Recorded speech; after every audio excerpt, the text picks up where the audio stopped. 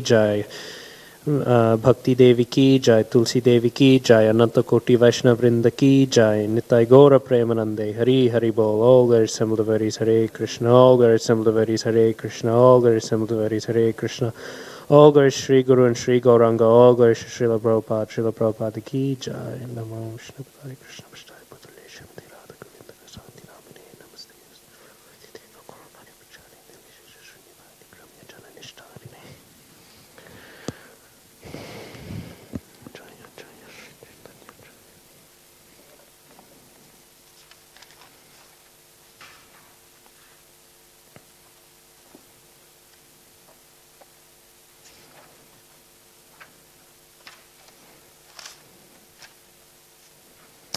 Hare Krishna.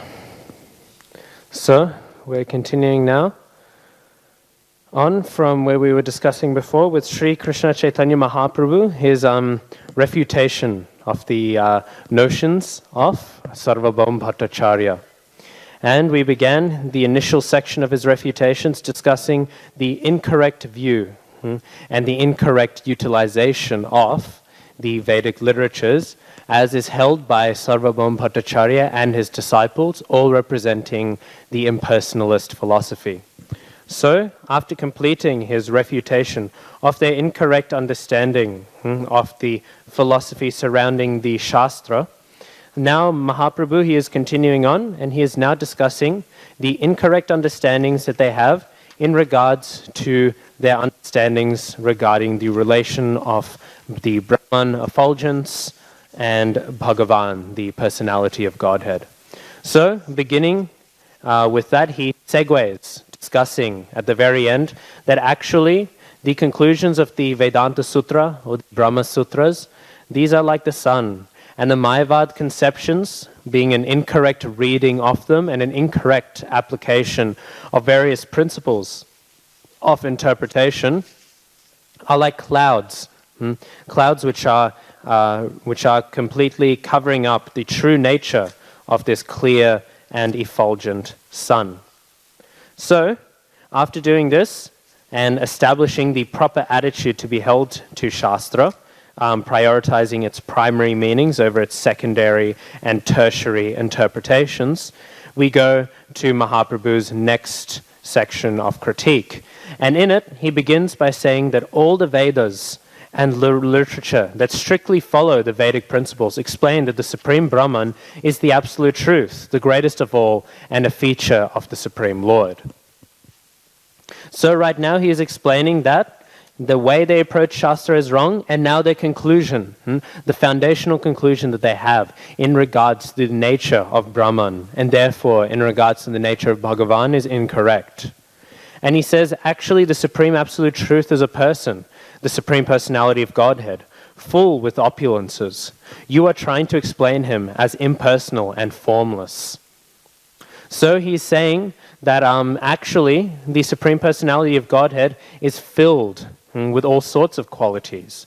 It is not that he is void of them, but in fact all of them are present in him.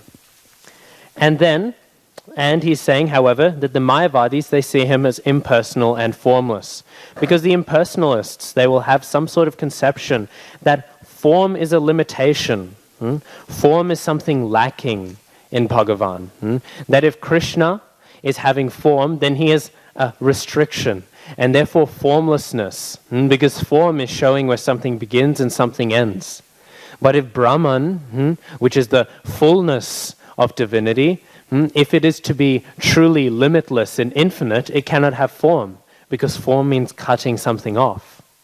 But actually, this is not a full conclusion. For one, it is not taking on board the Shastric version very strongly. That is why they must, for this apparent series of logical steps, they must appeal so much to Lakshana and Vyanjana readings of the Shastras, because they must take away the primary meanings of the Shastra, which so clearly demonstrate that actually there is some form to the Supreme Lord. So they must do like this.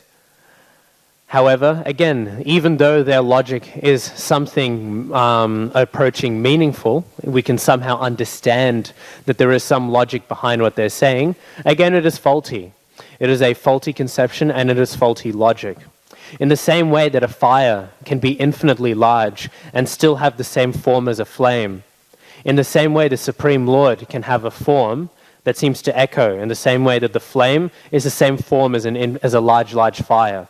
In the same way, that form can be seen in that middle form of Krishna, but that form somehow is inconceivably unlimited.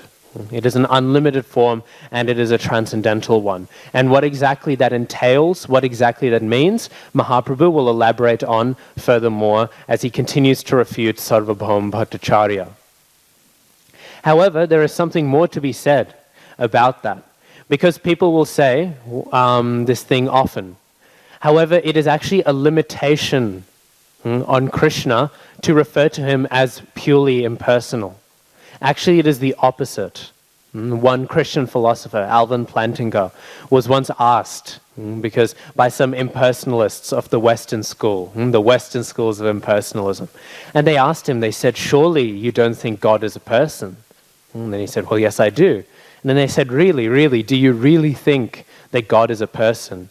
And Alvin Plantinga replied, saying, God is no less than a person. Because personhood implies value. Personhood is a feature, is a quality. It is a limit to say that Krishna cannot have personality.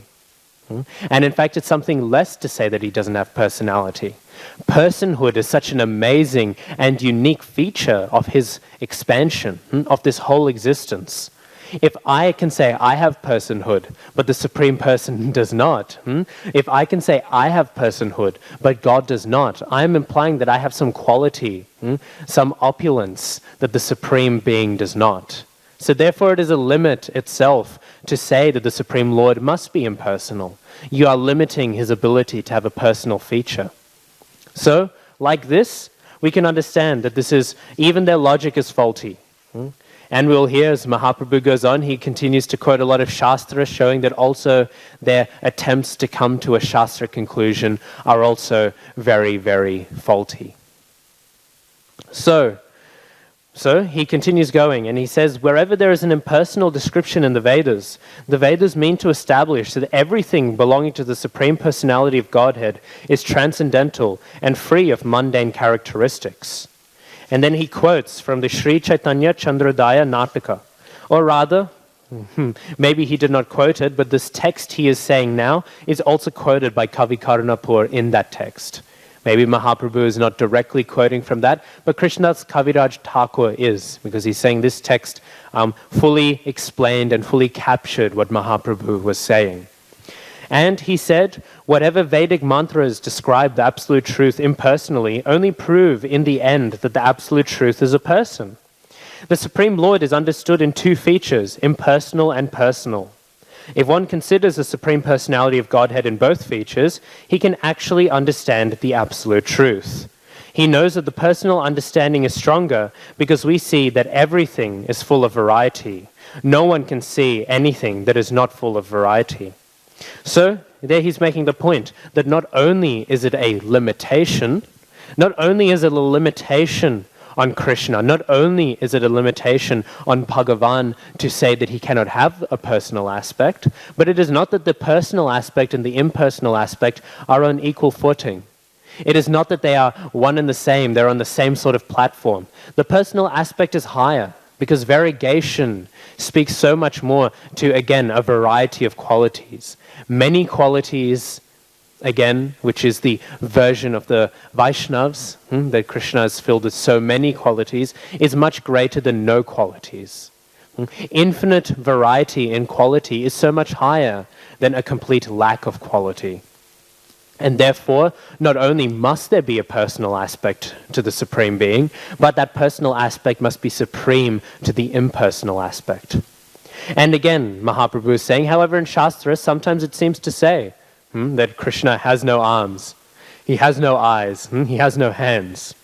But we must understand that this is not speaking of hands in general. It is speaking about material hands. And some people might say, well, that seems like a bit of a cop-out. You're just saying that. It seems to be you're doing the same word jugglery. that the Mayavadis do. Because you're saying this says that he has no hands. Oh, but it's only meaning material hands. So now you're trying to avoid the meaning, the clear meaning of Shastra. Now you're the one dodging it. So how can you say then that the Mayavadis are the word jugglers? If you are seeing a word which is saying hand, or rather no hand, and you're saying this doesn't mean hand, what are you on about? But actually it makes a lot of sense why this would be referring to material senses. Because how can we because we can't deny those senses, those hands, those features of material features to the Supreme Lord.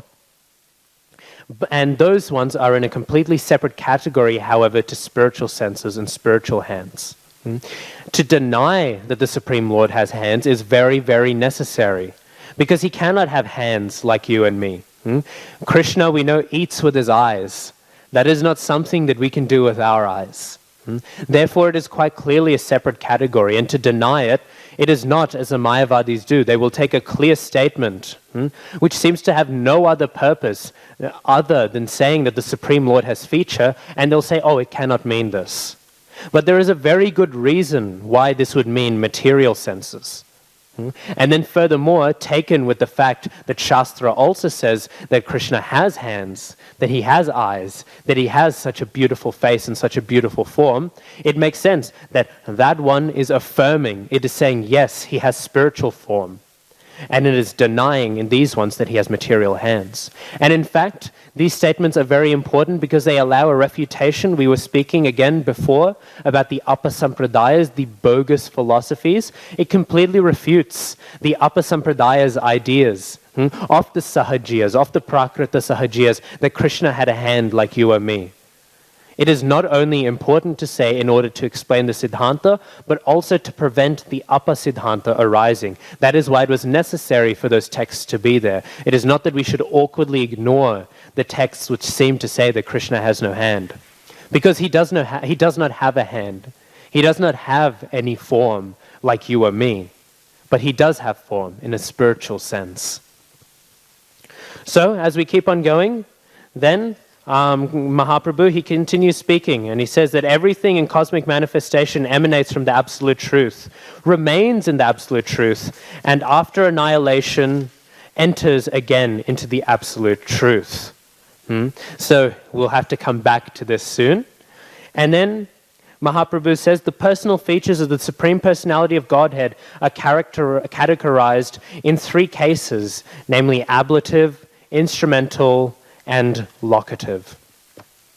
So this point here is an interesting one, and it comes again, this seems very technical. Again, before we were speaking about the three levels of understanding in Sanskrit reading, and it might seem very technical, but Mahaprabhu is showing here that even though, as Gopinath Acharya said, ultimately all these conclusions can come only through the mercy of the Supreme Lord, which is given to one who is engaging in devotion by the mercy of the Vaishnav. Even though he is saying this, even though this is true, Mahaprabhu is making the point that if we want to meet the philosophers of all sorts of ideas, we can. Just because the truth of the Siddhanta, the truth of the Vedanta, the truth of Vedic literature is revealed through mercy, doesn't mean that it cannot be defended and it cannot be explained through the means of logic. So Mahaprabhu right now, he is using the technical details, the technical grammatical rules and all, to refute the ideas of Sarvabhauma Bhattacharya. So he is using all of these ideas in order to, to refute it. He is speaking in the language of Sarvabhauma Bhattacharya, and he's showing to his disciples that even you, so proud of all of your philosophical understandings, all of your intellectual abilities, factually, even on this ground, it is not even that we can say your argument is correct, but you just need mercy to realize it's wrong. You need mercy to realize what is true, but even arguments can show that you are wrong. You have no standing on all of the logic that you are so proud in. And so Mahaprabhu, making this point, he is quoting, there are three main ways that the Supreme Lord is expressed in the grammatical cases. There's the ablative, there is the instrumental,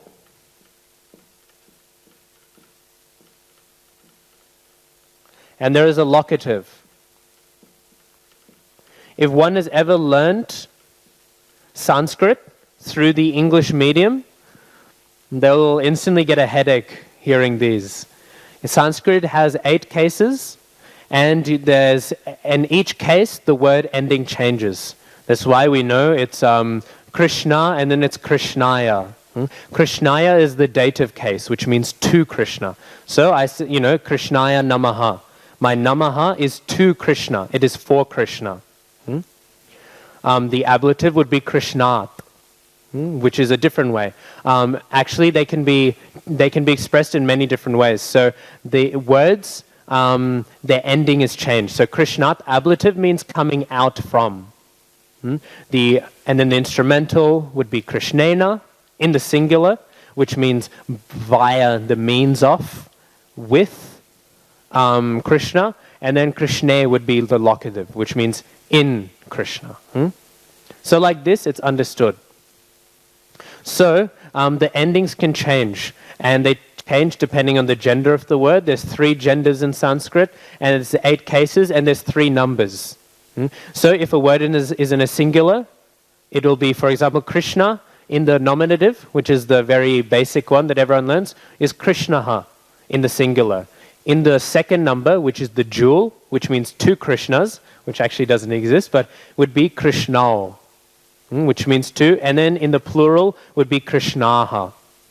So these are the different numbers which allow. And the jewel might seem silly. Some people say, I understand singular and plural, but why is there a jewel? But actually it comes up more naturally than you think. We have 2 hands, we have 2 feet, we have 2 eyes. People tend to get married in couples as 2s. They tend to move in 2s. The number 2 appears all the time. So it's actually a very practical grammatical category to have. But anyways, that's a bit tangential. So Mahaprabhu, he is quoting this text, and he's saying, firstly, that everything in the cosmic manifestation emanates from the absolute truth, which is the ablative. The ablative means coming out from.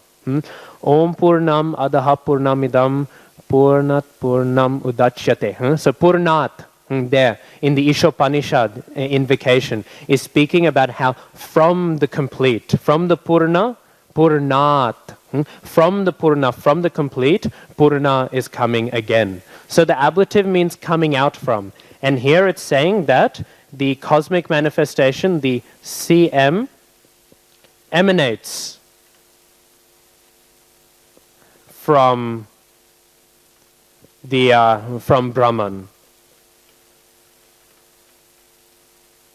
Then next is the instrumental.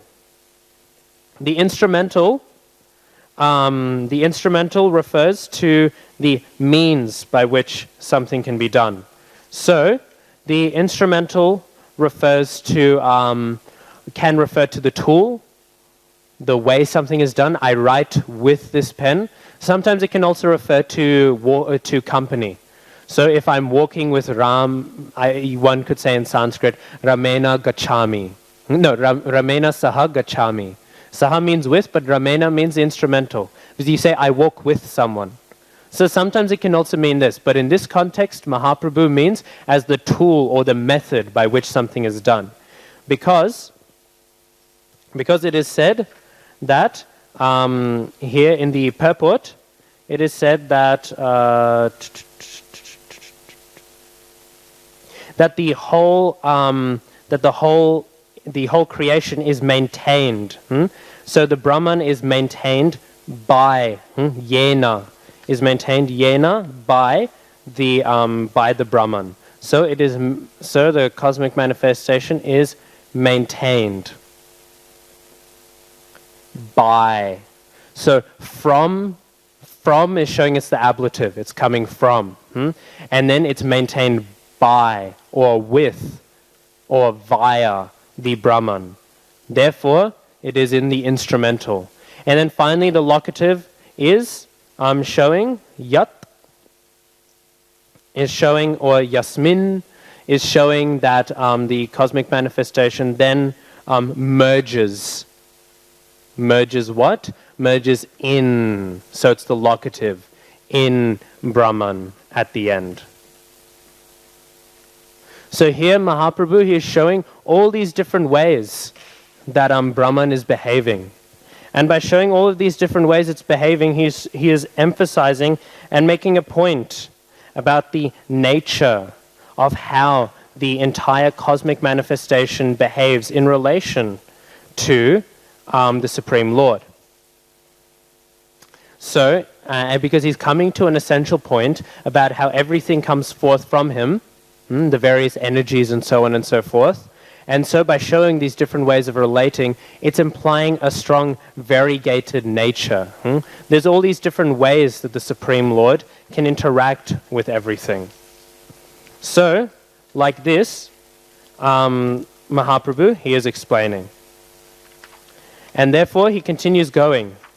And he says that when the Supreme Personality of Godhead wished to become many, he glanced over the material energy. Before the creation, there were no mundane eyes or mind. Therefore, the transcendental nature of the Absolute Truth's mind and eyes is confirmed.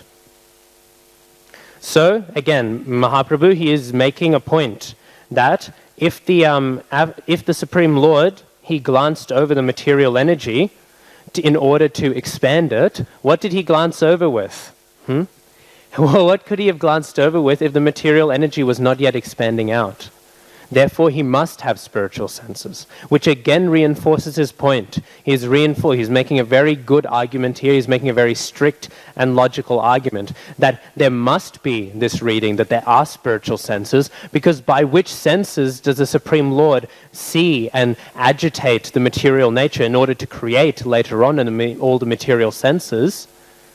If they do not exist again, if they do not exist yet. If the material senses do not yet exist, with what eyes does he see? Quite clearly, he must have spiritual eyes. Another interesting point, just quickly, when Mahaprabhu quotes here, and he does quote that the Supreme Lord wishes to become many, it's a reference in the Chandogya Upanishad, that at one point Krishna wished to become many. And this seems to imply that at one point Krishna was one and there weren't all these Shaktis.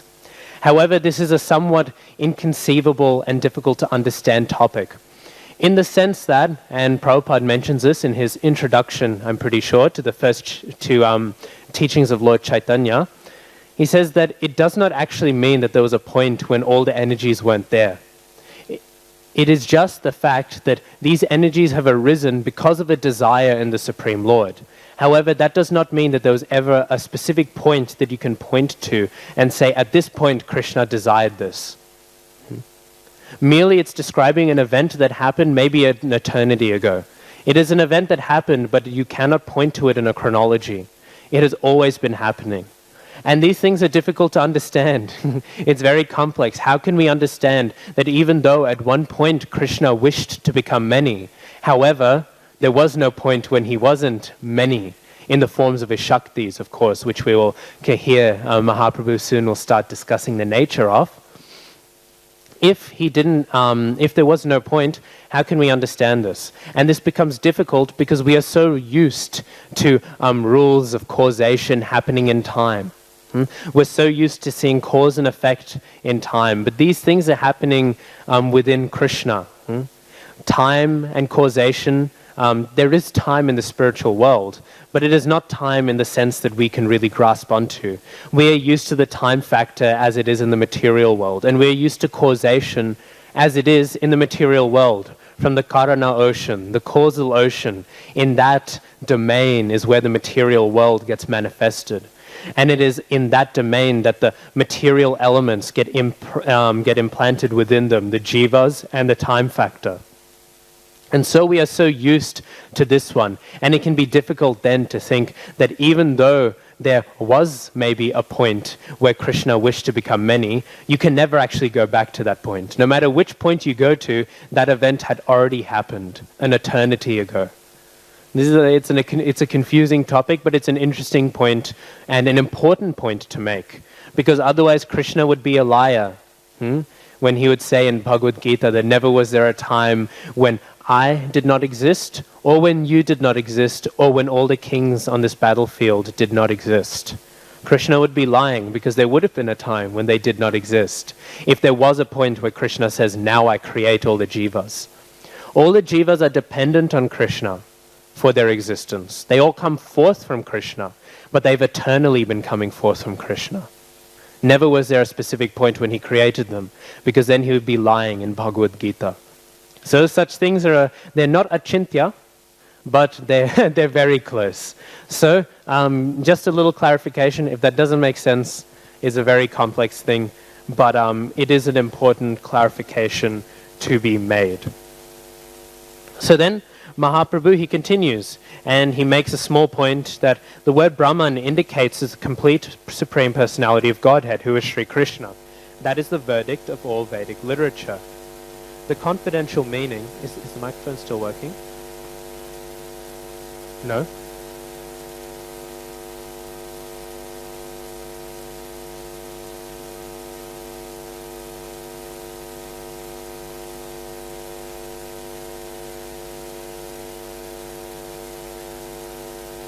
Is it working now?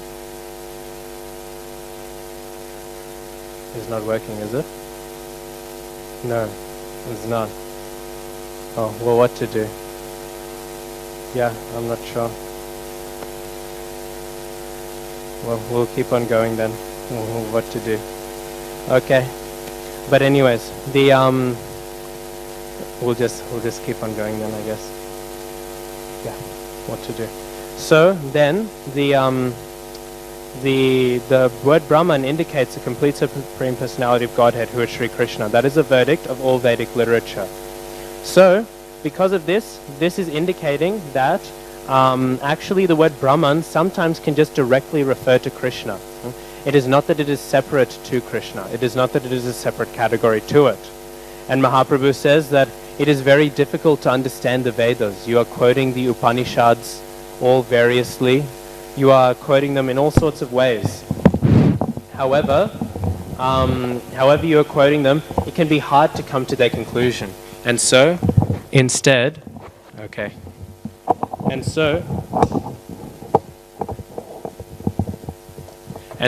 instead, we can understand that the Puranas have been provided in order to clarify them, in order to come into a deeper understanding of their meaning.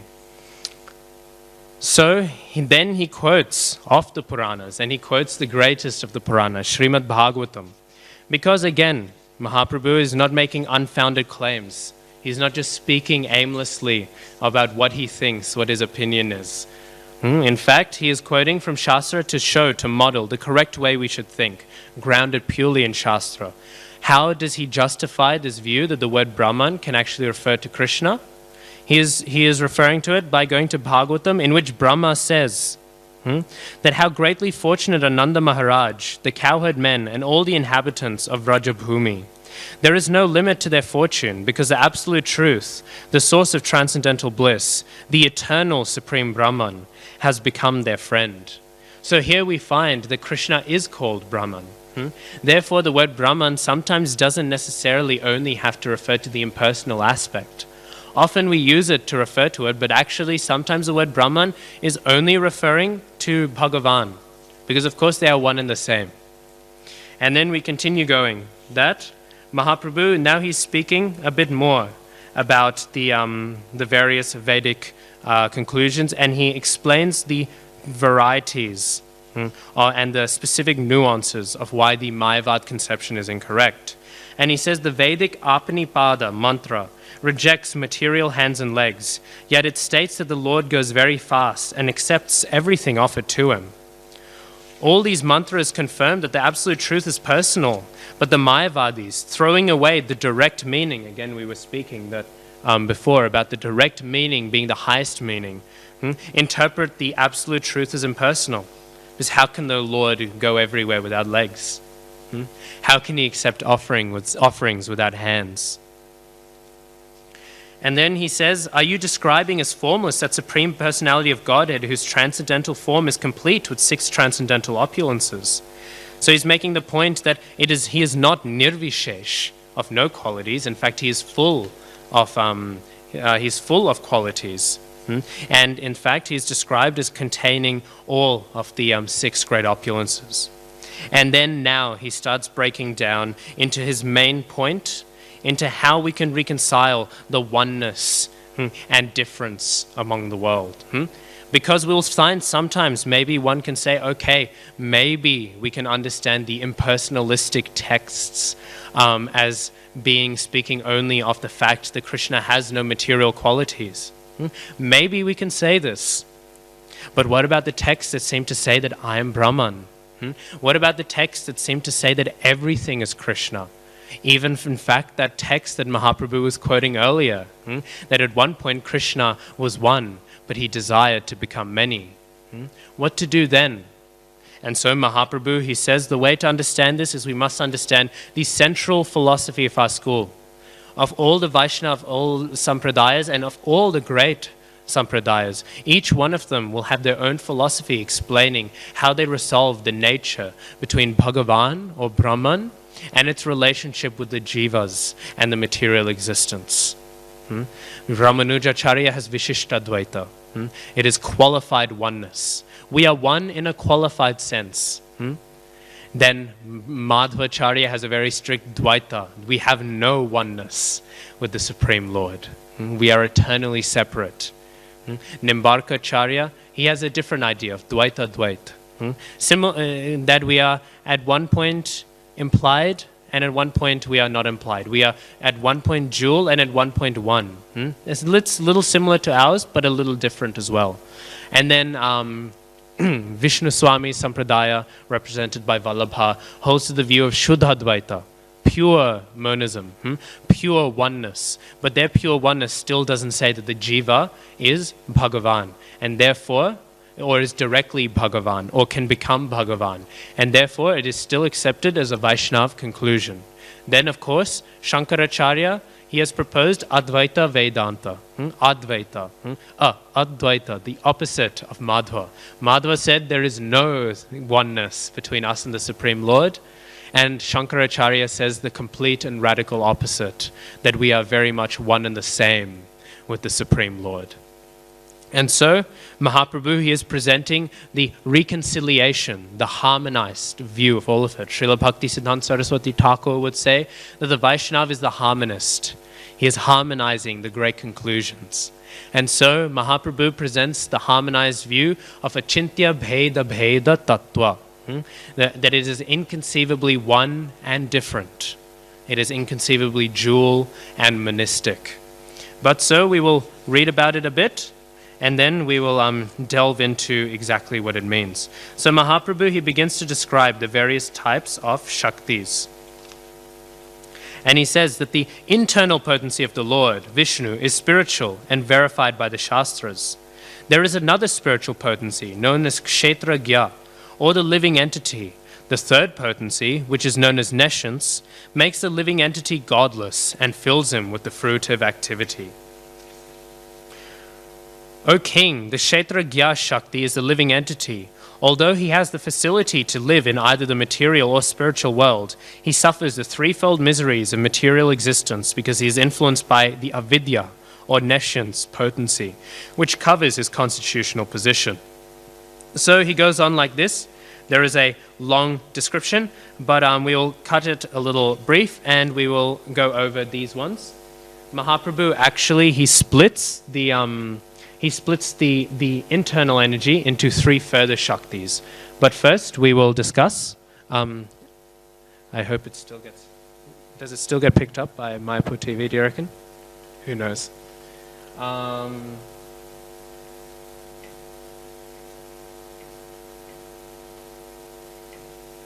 So the three energies are the internal, the marginal, and the external. The internal, or the antaranga, the marginal, or the tatastha, and tatastha, or the and the external, the bahiranga. And the first two are considered within a spiritual category of existence. In one sense, they're chit shakti, but the last one is mundane. It is material energy.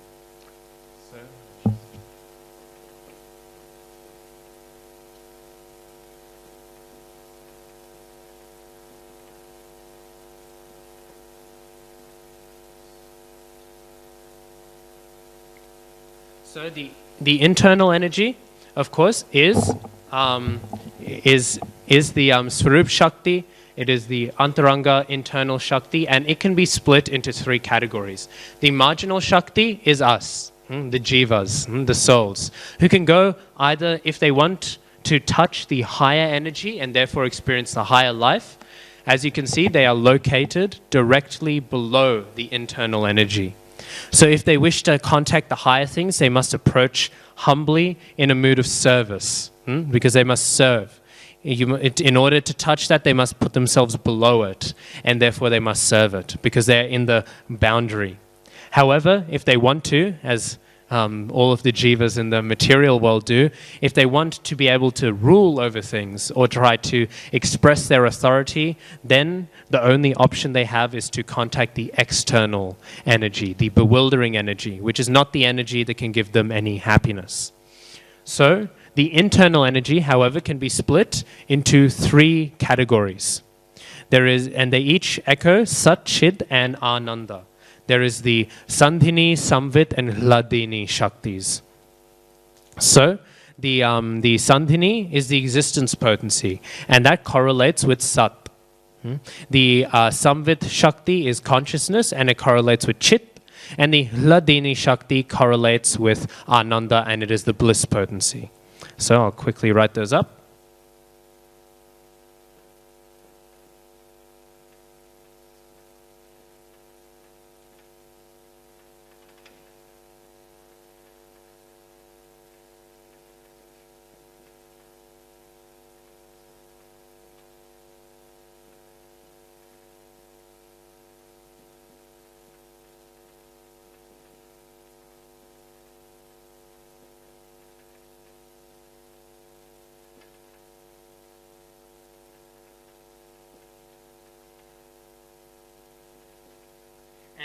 And in Goloka, in Vrajadham, there are three main personalities, and each one is presiding and dominating over each one of these aspects. So the Sandhini Shakti, which is the means by which existence is provided in spiritual existence, in spiritual domains, is presided over by Balaram. And this makes sense. We know that all of the paraphernalia of the Lord, anything like the chairs and so on and so forth, are expansions of Balaram in the spiritual domain. The paraphernalia, and therefore the very foundation for the Vraj Lila or for the spiritual Leelas, are presided over by Balaram, because he is giving the bedrock of spiritual life. Both as Balaram in the Leelas of Krishna, all of the rasas are present in Balaram, even Madhurya Ras. Some people will say, how can Madhurya Ras be present in Balaram? Because he leaves, obviously, when Radha and Krishna are enacting their Madhurya pastimes. But actually, him leaving is him supporting the Madhurya Rasa. Because if he was present, it could not be there. So his leaving is actively supporting it. So everything is provided and given foundation by Balaram. Secondly, then there is the Chit aspect, which is overseen by the Samvit Shakti, the consciousness potency. And Krishna oversees this. Why? Because Krishna is the enjoyer. Krishna is the person who is actually meant to enjoy everything in spiritual life and in these spiritual pastimes. And therefore, he is conscious or experiencing all of the various things. All of the various sweet pastimes are being enjoyed by Krishna. So Balaram, he is providing the existence for the pastimes. And Krishna, he is experiencing them. And therefore, he is the consciousness aspect. Therefore, he is presiding over Chit. And lastly, who is the joy? Who is the giver of joy of Krishna's pastimes? It is all his devotees, but the upmost and greatest of his devotees is Radharani. And therefore she is in charge of the Ananda, which is provided by the Hladini Shakti. Radharani is giving the bliss to Krishna that he is experiencing. And therefore she is in charge of bliss. And so these three all work together, presiding over each Shakti. Each of these Shaktis is coming from Radharani, but each one is presided over by each one of these personalities. Radharani is a bit unique in that she quite literally is the Hladini Shakti as well, But yes, so these are the three Shaktis of which the internal potency can be broken up into. So Mahaprabhu, he is discussing, these are all potencies that are coming out forth from Krishna. And so Mahaprabhu, he continues to make this point, and he describes all of the varieties over the next few texts. So after describing this, we then go to text 162, where Mahaprabhu then explains that that the Lord is the master of all these energies, of all these potencies, and the living entity is the servant of them. That is the difference between the Lord and the living entity. However, you declare that the Lord and the living entities are one and the same.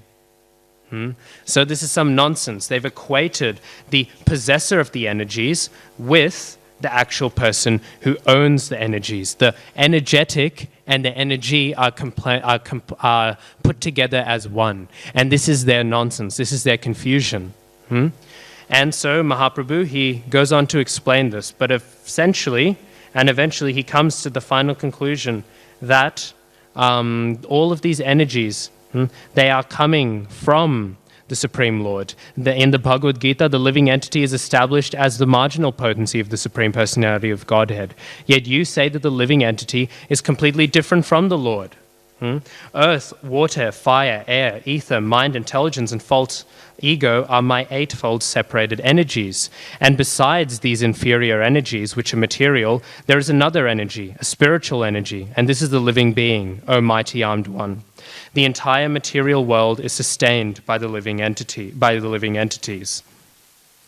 So, speaking like this, Mahaprabhu is making the point that Krishna is quite clearly not saying that these are me. Otherwise, he would say that he is him. And later on, he says that actually the Supreme Lord clarifies that he is the form that is Satchit Ananda Vigraha. He is that form. He is not this energy that is being described. And that comes to our point, however, that these energies are coming forth, and therefore they have a connection to Krishna. So if the Supreme Personality, the Shaktiman, the source of energies, is one with his Shaktis, this is, but he must also be different. Mahaprabhu seems to be presenting both. Both ideas are presented, and they are obviously resolved in the idea of achintya bheda bheda tattva, which is a hard to understand conclusion. There are many analogies that we can use to try to illustrate this relationship, but these analogies somehow fall short if you push them too much, because the word achintya means inconceivable. Chinta means thought, to think. Chintayati means he thinks in Sanskrit. And to be achintya means to be inconceivable, and therefore it cannot be fully grasped. However, I think one of there are two really good analogies to express this. We know the famous one, that the fire is radiating heat. Heat is the energy of the fire. And heat is not separate from the fire, but it is also somehow different. So they're inconceivably one and different. The heat is part of the fire, and yet it is dependent on the fire. It is coming from the fire. Fire produces heat, not the other way around. Therefore, this relationship works like that. Another one is the relationship between a word and its meaning. The meaning cannot be conveyed, cannot exist without the word. But the word is pointless without its meaning. In the same way, the Shakti is like the meaning. It is the power. The meaning is the Shakti of the Shaktiman, the energy of the energetic of the word.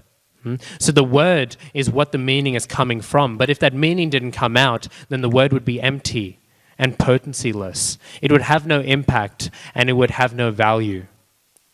So therefore, in the same way, the energy and the energetic relate like this. The word is energetic. It is existing, carrying, giving existence to the energy, but the energy in turn is giving some sort of existence to the word in a different way. It is giving it the ability to actually do something. Otherwise, words would be empty shells and would not carry any power. So then, tomorrow we will discuss further about the nature of Krishna's form, the Satchidananda Vigraha, how that relates to the Mayavad conceptions, and how it shows them to be wrong, And then we will hear how Mahaprabhu finally explains Shankara's philosophy to be fully wrong, explains why Shankara has proposed this philosophy, and then we will hear of the wonderful conversion of Sarvabhauma Bhattacharya to Vaishnava principles. Krishnadas Kaviraj Thakur ki jai, Shri Caitanya Caritamrita ki jai.